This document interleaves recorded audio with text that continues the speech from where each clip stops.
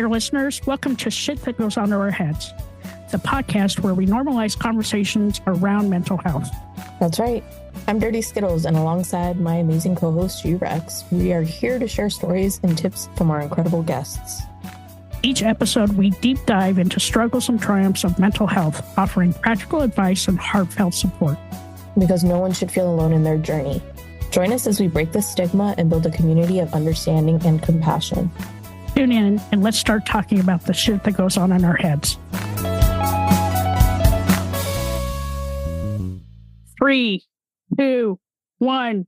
Welcome back to another episode of Shit That Goes On in Our Heads. I'm here with my amazing co-host, Dirty Skittles, and we have an amazing guest. Welcome, Amanda. Welcome. Hi, how are you?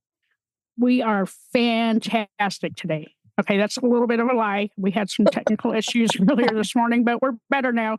Hence the big red mic in my face because nothing else was working. Glowing red mic. I love it. It's a vibe. It is a glowing red mic. Glowing. The rave mic is what we'll call it. Mm-hmm. It's messing with my eyes because they like. Yeah. And it has like a the club. fish. Yeah, and the fishnet like design over it is just adding to it. Yes. Giving burlesque club, if you will. It goes great with Amanda's giant disco ball. It'd be perfect. That's great. Okay, I always keep one handy. That in combination with the mic, we're definitely at the club. I have nothing to bring to this. I have an orange soda and I'm in my husband's basement. You got the drinks. You got the drinks. Exactly. Does it have sugar in it? It does. Okay, beautiful. Then you're okay. Now we're partying. Now we're partying. It's a party. All right. So I'm coming in fresh. I have no clue what we're talking about, but I like to do it that way. I like to have just a conversation, get to meet somebody new, keep it organic. Me too. What can you tell our listeners about yourself? Well, where do I begin? That's a loaded question. Let me see. Where do I start? Well, it was a blistery January when I was brought into this world in North Philadelphia. And ever since then, I've just been raising hell. No, I grew up in inner city, Philly, and a little neighborhood, the River Ward section, if you will, in Philadelphia, Fishtown, Port Richmond. If anybody's listening from that area, shout out. So that will be the accent that you hear throughout this entire episode. So if you need captions, please put them on. I always warn people of that. But I started my journey doing what I do now, which is podcasting. I'm a podcaster. I'm a speaker. I actually just started. I did not share this with too many people yet, but I just started my own branding and brand strategy and brand design agency, Hotwire Studio. I started that journey through finding myself. I started my early adulthood life really being like a people pleaser, didn't really have a sense of self, just kind of suffering from depression and anxiety, surviving each day. Every day I woke up, I look forward to when I could go back to sleep because that was the only time where I really found peace, inner peace within myself was when I was unconscious. I laugh about it, but at the time, it was a struggle for me. And I got myself fast forward to where I am today by just doing that inner work and tapping in and kind of reminding myself that we all have a purpose. And what's my purpose? Because I was not living my purpose. And I have my husband who's been my constant throughout my entire life. We are that like ick story of been together since we were kids, and that's us. We grew up as friends, and friends blossomed into love, and it's so gross, but that's our story, and I love it. It's gushy, and he's been my constant. He's been my rock. He's been my rock through my darkest hours of chapters of life. And me and him got married, and I had my daughter, and that's kind of like where everything changed for me, so to say. Yeah. I love that though. I love that. I love the gushy part of that story. That was really great. Thanks. I was thinking, I'm like, oh my gosh, it ties into the sugar drink we were just talking about earlier. But I don't know. I admire that, honestly. Yeah. Like I see that for me, right? Like I've only ever experienced that, I would say, in like movies. That's the story. That is how I grew up thinking life just would become, right? Oh, I was in school, like looking like, where's this person going to be? So I admire that you had that, or you have that, I should say. So that's cool. I do too. I admire it because I had to kiss a lot of frogs to get where I am now. Okay, they were baby frogs. Was it just frogs? Got it. No, I don't kiss porcupines or skunks. All right. They both have adverse reactions. I mean, don't get me wrong. I have my season of frog kissing too. Hey. Okay. But when you got something good, you hold on to it. And I'm grateful that I don't know if our story would be the same if I went through what I was going through now. I'm in my late 30s. I'll be 40 and I'll be 39 in January. So I'm almost 40. And I don't know if our marriage would have lasted through what I went through back then, right? Like we were young, we were still figuring ourselves out. And I wouldn't expect that of anybody because I was a lot. I was a lot. And I was very resistant to change. But I'm grateful. And that's one of the things that I will say if talking about relationships and going through hard times is having that rock of support, but you can't really expect that person to be your peace. Yeah. Right. Like it's a momentary moment of peace. I call it like a pillar for me to be able to put my hand on that pillar and pick myself up. But for the longest period of time, he was holding me up under my arms. And I don't know if I would expect him to do that for me today, but I'm grateful that he stuck with me and I love him ever so much. And we have 2 beautiful children. Yeah. I love that. It's interesting because I think at some point y'all growing up together, right? Like you are becoming adults. Yeah. And that's very much like a personal experience. Like you are becoming your own person, they're becoming their own person. And instead of those challenges separating you or causing you to kind of just go your own separate ways, it sounds like he continued to be there. You guys continue to be there for each other and walk through it all. Do you find like that's your best friend? Oh, yeah. He is we just know each other. I mean, we've known each other. We started out as best friends. Like we just became like such a close bond. When as kids, you don't really understand, is this love? Is this love that I'm in? And I don't think you should be in love at that young or understand just deeply what love is. But as we grew and evolved, we realized, you know what? We would probably be like the best couple. But yeah, he is my best friend. He knows me more than anybody and vice versa. And I'm grateful for him. We have a business in Philly. We have a restaurant. And then we're stepping into real estate investing together. That's been fun. I say that with an eye. If anyone's in the investing world, I'm sure your eyes twitching with me, especially in today's world. But so yeah, like he's my adventure partner through all chapters of life. But the important key thing that I feel like I want people to take away from that is the mutual evolution, right? Like in order for our relationship to withstand as long as it has, the both of us had to do that inner work and evolve together. And there were times where I was here and he was here and I was here. So it's just being able to be that support, but also knowing that you have to put your own inner work in. Yeah. Yeah. So what were some of the struggles? Are you comfortable sharing them? Oh, yeah. Like I was saying, around like when I had my daughter, I was extremely depressed. I had anxiety. Your girl was a big girl. I was like almost about 300 pounds. Eating was my source of how to deal with my feelings, along with drinking and partying and all that jazz. I was like, if John Belushi had like a sister, that was me. That was me. I could cook up a mean party back in the day. I mean, I still can. Yeah. But I know, it's a different vibe now. And partying should not be your emotional outlet. That was me back then. And it was really to mask a lot of things that I had going on inside. And I was, growing up, it was as far as as far as like my parentals were concerned, it was like, we focus on what you didn't do and what you should do is expected. So that's not really like positive reinforcement wasn't a thing. It was what you weren't, what you didn't do.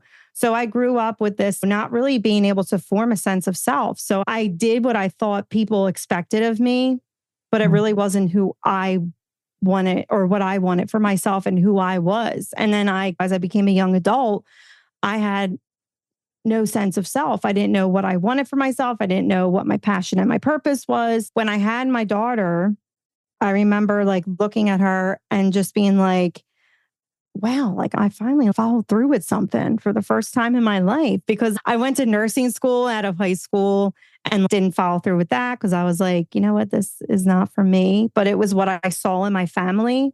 My aunt was a nurse and everybody used to always fall over that. Like, she's so successful.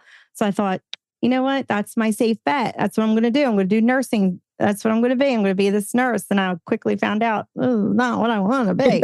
I left that. And then I thought, maybe I'll be a police officer. That's what I'll do.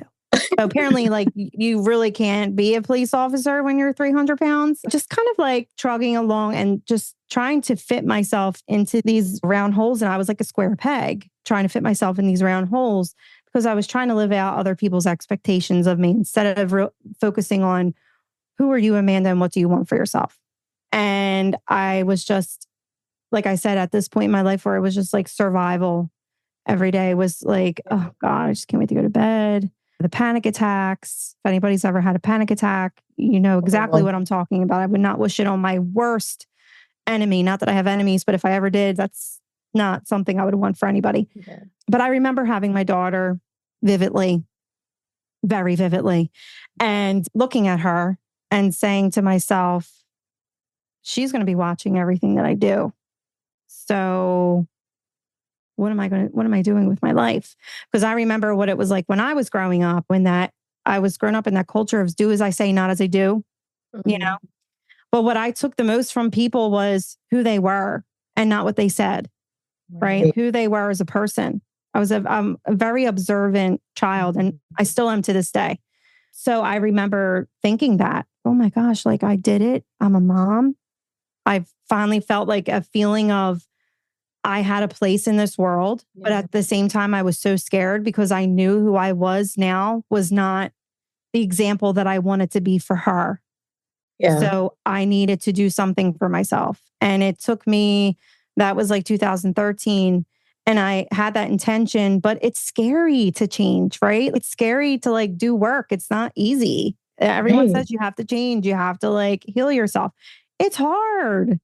I got to a place in 2016 where my husband's father was diagnosed with lung cancer and it was terminal. And I remember him passing and he was like 59, wasn't even 60. So he was like so young. And he had Anna, my daughter at the time was like 4. So he had a grandbaby. Like he did not want to leave this earth. He was not ready to leave this earth. Right. So that really hit me. That hit me hard. That was like a huge wake up call for me. And it was like, Amanda, this life is not promised. You could be here today and healthy today and gone tomorrow. So what are you doing with yourself? And that's when I really got up off my ass. Can I say that word? I'm sorry. You can cuss on. You can literally, yeah. You can say any word you want to on this podcast. Okay. So then I was like, you got to shit or get off the pot, as they say, right? Like you got to get up and do something and change your life. So for me, that was like my true wake up call.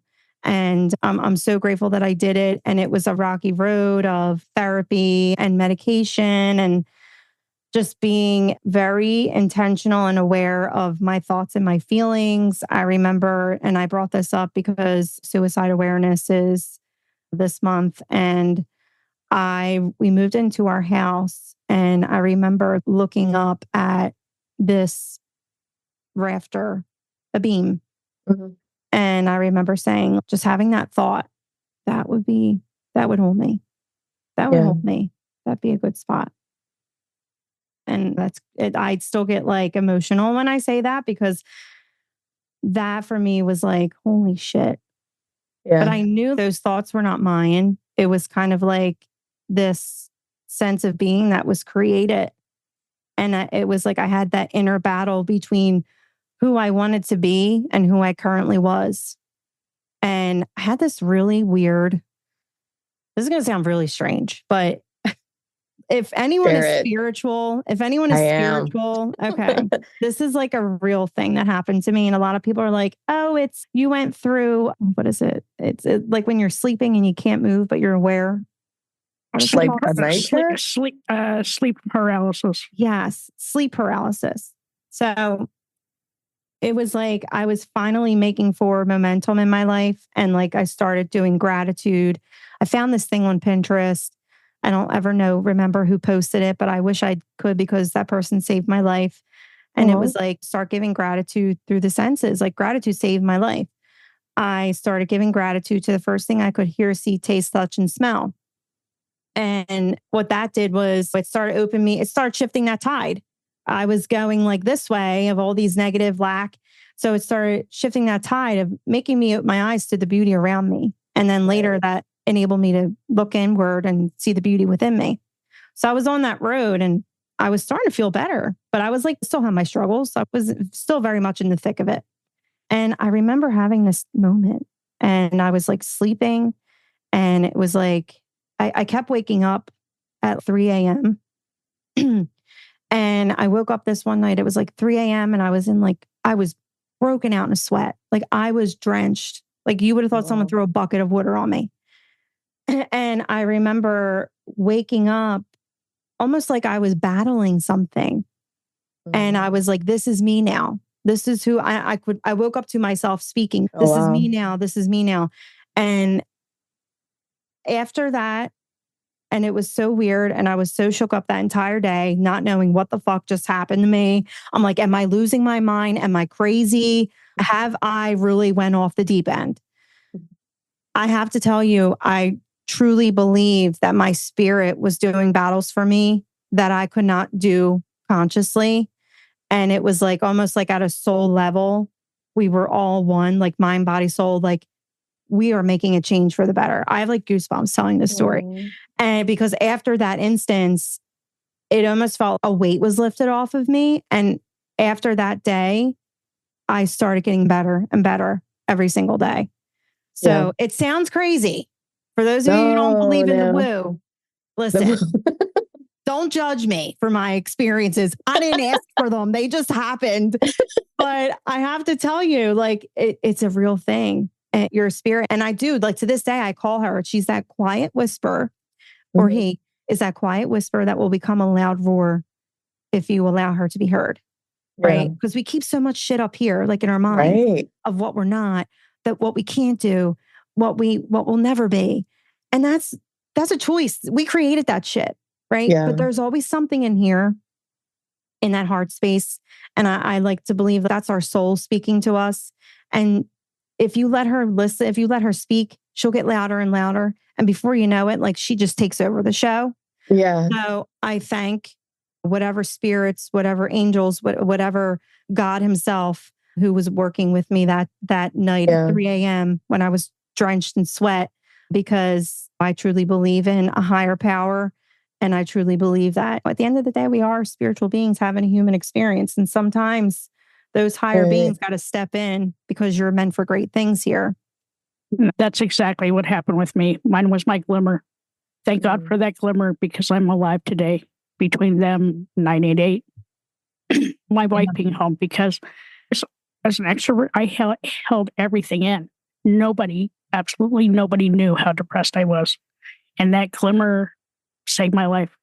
I'm a very spiritual being. Okay. My higher power kind of shakes its head every now and then. Are you sure you want to do that? Yeah. I always trust my gut. I've always been like a gut-led person. Little did I know I was listening to my intuition. And I've always had people tell me, you're very intuitive. And I actually started out my journey like through Reiki and all of that, and just trusted my gut of just listening and surrounding myself with people who were doing things that interested me.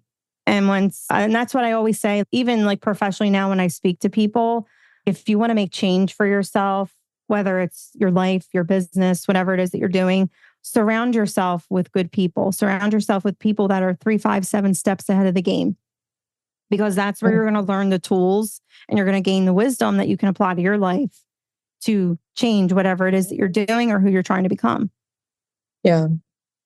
Where do you think you got the strength to make those changes from? Do you really think that it was in that moment? Or do you think that you seeing that rafter was enough to shake you to your core to make your spirit push through? I think the both of those things, because that right when I seen that, that was like all within the same time period. Like all of that happened very close to one another.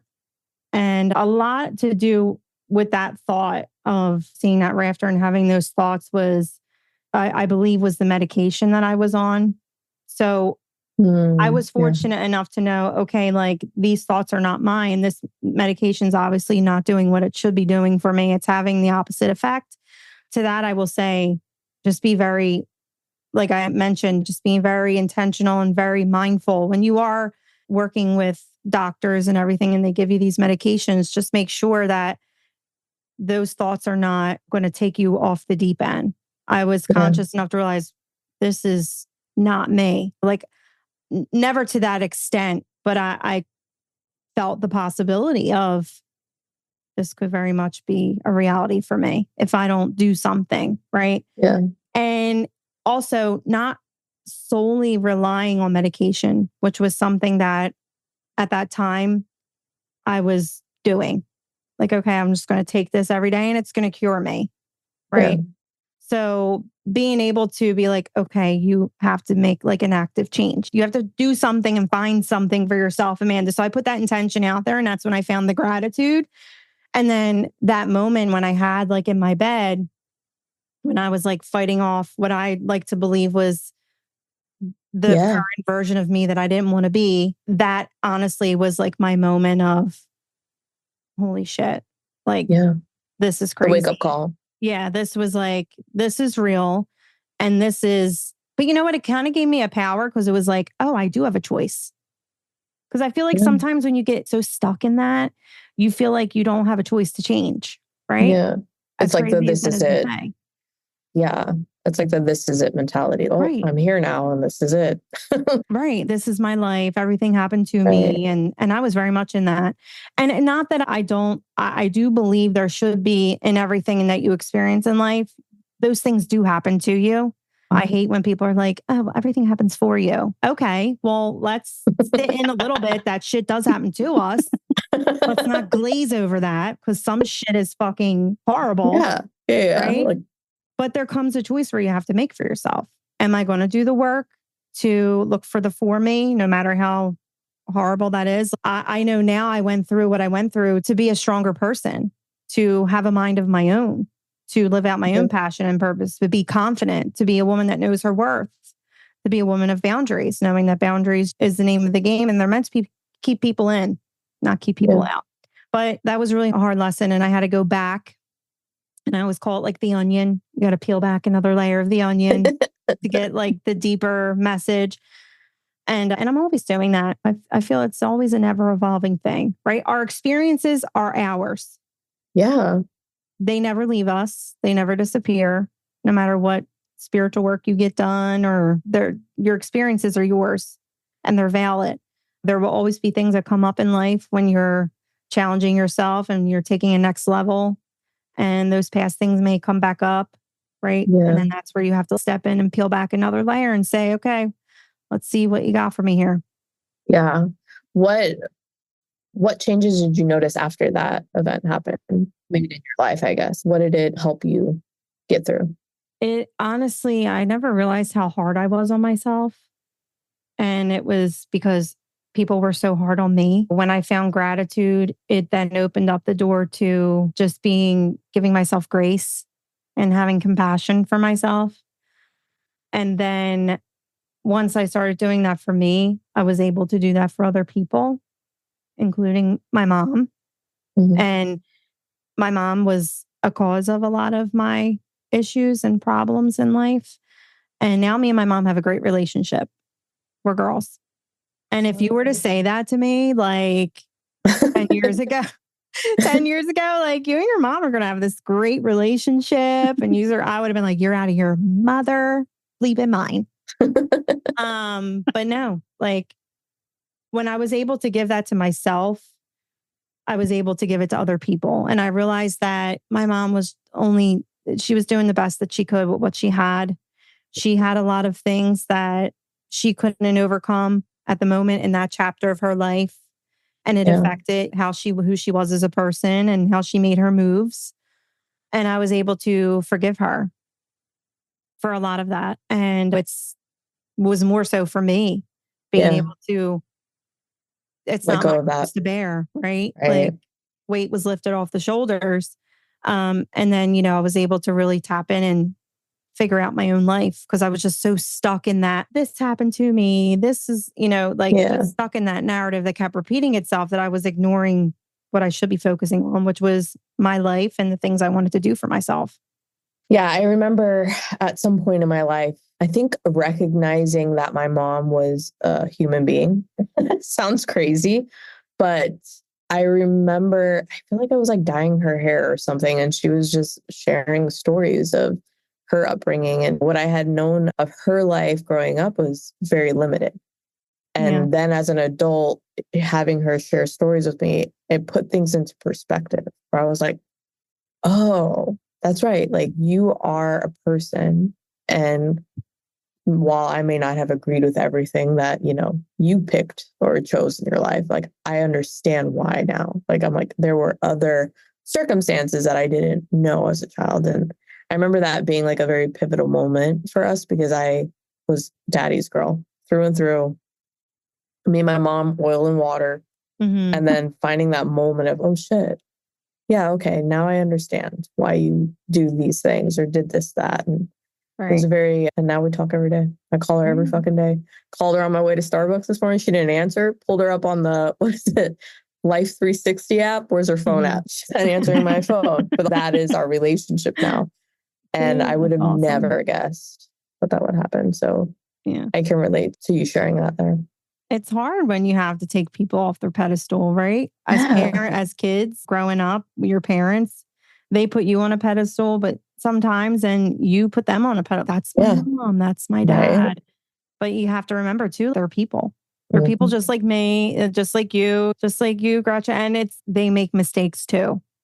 They have their own shit too. And I feel as generations go on, like my friend's son is 20 and the emotional intelligence that he has at 20, I did not have that at 20 years old. So I just like, we're doing the work for generations to come. Like we're the chain breakers. Yeah. And I'm like, you know what, Mom, let me do this for you. I never thought about that. Yeah, never thought about that. You're so right. So right. My son is so confident and so like emotionally intelligent. And I'm like, where did that come from? But I think your point there is, I wanted very intentional with how we raised our son because I don't want him to have certain characteristics of things that I saw as a child and make sense. Look at us.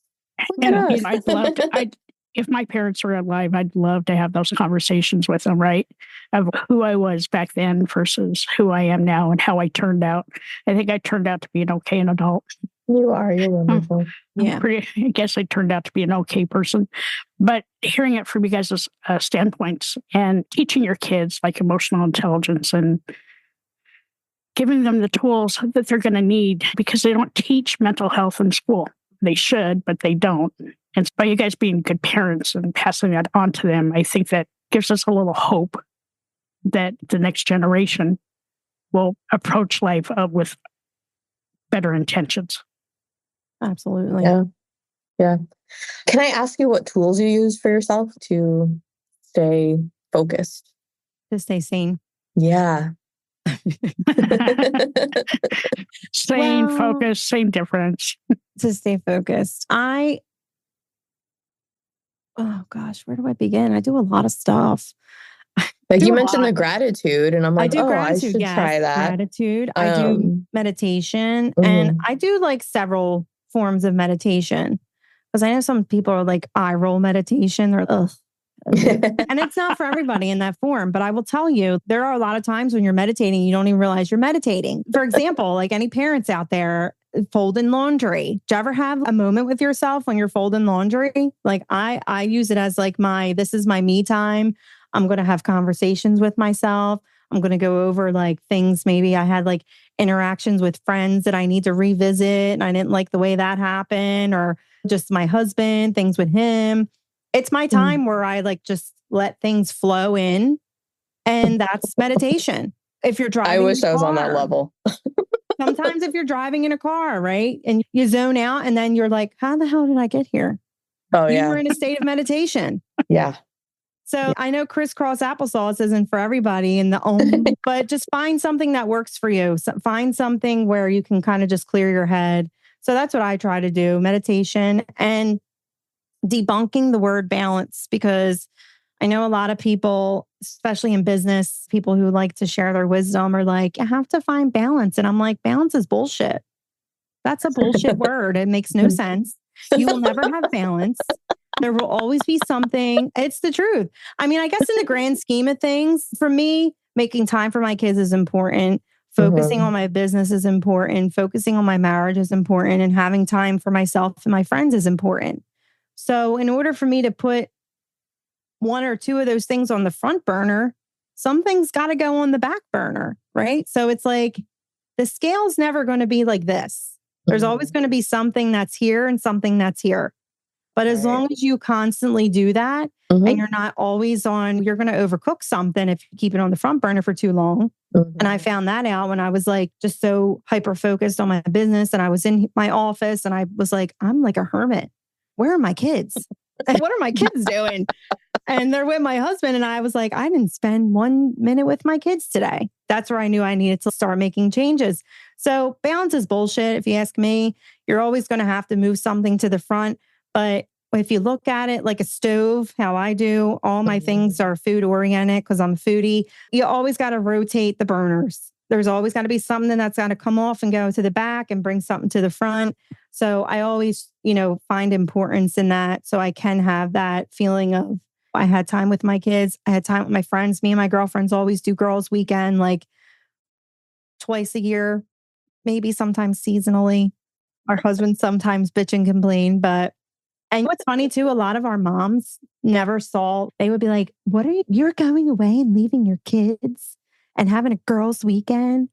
And we're like, yeah. Yeah. Because that's important. Like you can't pour from an empty cup. I need to have my me time. I need to have time with my friends. I need to have time to gossip and bitch about things with my girlfriends so that I feel like I'm able and ready to come back and be a mom and be a wife. It's how it is, but they didn't do that for themselves. So it's hard for me to see the sense in doing that we're doing that. But I'm like, try it and see how you like it. Might change your life. Yeah, it might take the stick out of your ass. No, I'm just kidding. But that's literally right. Yeah, it's crazy. People just expect moms to be moms and you're not allowed to have time for yourself because that's selfish. No, because I bitch at you about that all the time, Dirty Skittles. And I'm going to keep on that. You haven't. Yeah, she does. She asks me daily, what have you done for yourself today? Right. No, go get a massage. Go have a girls' weekend or just go by yourself. Go to an event. I'm serious. Like you need to do that. You need to do that. I implore everybody to do it. And we always have a good time. Those are some of the things I do. I love that. I love all of these. Even for the boomer that I am, some of that stuff I can do for myself. Yeah, because I've been in a lot. So I'm in a lot of networking groups through social audio apps. And a lot of them are women who are old enough to be my mother and beyond. And a lot of them are in this season now of generationally, a lot of those women didn't do what I do. And they're in a season of just now, they're empty nesters. And they're like, who am I? Yeah. Scary. Because they've only been mom, right? And they have no sense of what's for them. So they're now doing all those things for themselves that they should have been doing all along. And they're always like, I wish I would have done what you do. Because I always share, I'm like, have a girls' weekend, going to get a massage. And some people think it's crazy, but the ones who get it. I love that. I have 2 quick questions for you. First question, if you can go back to a younger version of yourself to give yourself a bit of advice, what would you tell your younger version? And how old is your younger version? Let's see, where do I want to go?